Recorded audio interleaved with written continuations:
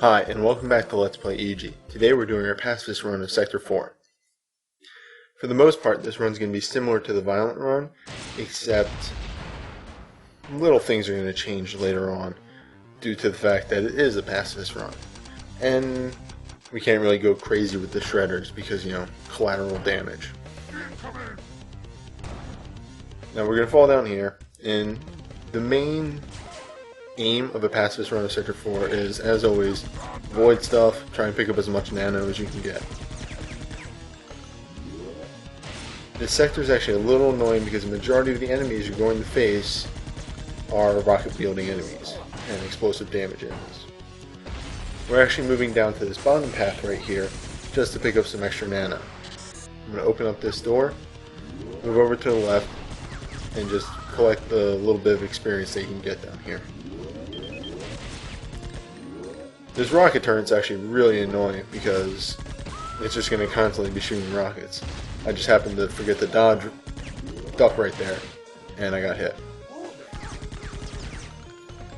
Moving over to the right, we're going to jump up here and wait for that rocket to open up the window and move through that little secret passage because there's a lot of free nano in here and you want to get any little bit that you can. Now, we can't actually get the supercharge in the Pacifist run. It requires you to ride across all those little platforms right there, and you will kill a scout or two doing that. So, supercharge is a no-go in Sector 4.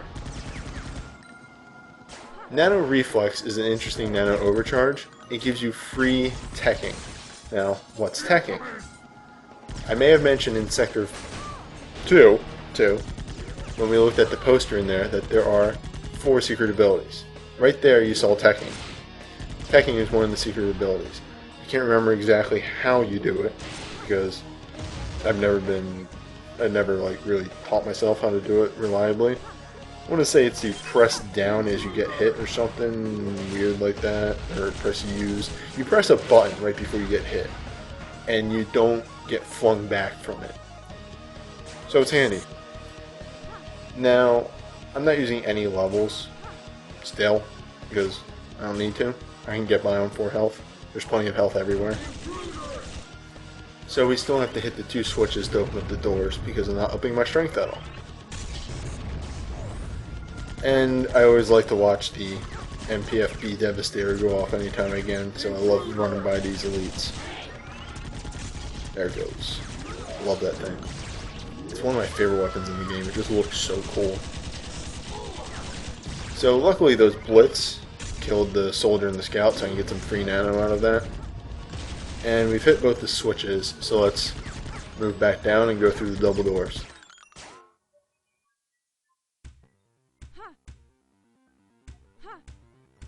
Now, something I skipped over because I was riding the shredder last time, over on this side, there's an extra, I don't know, 24 nano. It's really nice if you're behind on the level. So after we fall down here, we're going to sneak over here. Well, not really sneak, but we're going to get that extra nano. I don't know how I keep dodging these rockets by jumping. It seems like a bunny hop right over them, but it can't always be good. And there's no use crying over spilled nano, so let's just pick that stuff up.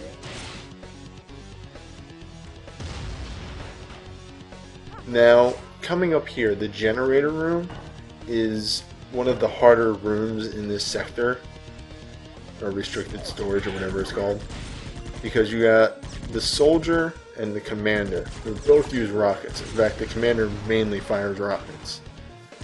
Which isn't too bad, but when you activate the generator, you add a shredder into the mix.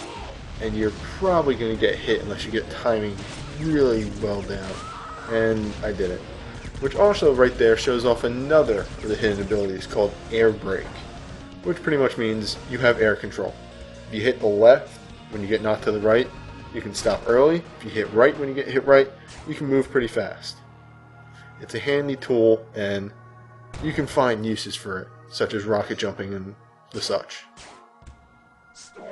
Now we're going to move over to the left here, hit the switch that opens the door to the exit, And that's just about it for the Sector 4.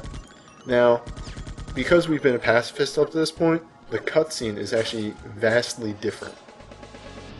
But I'm going to let that play out on its own.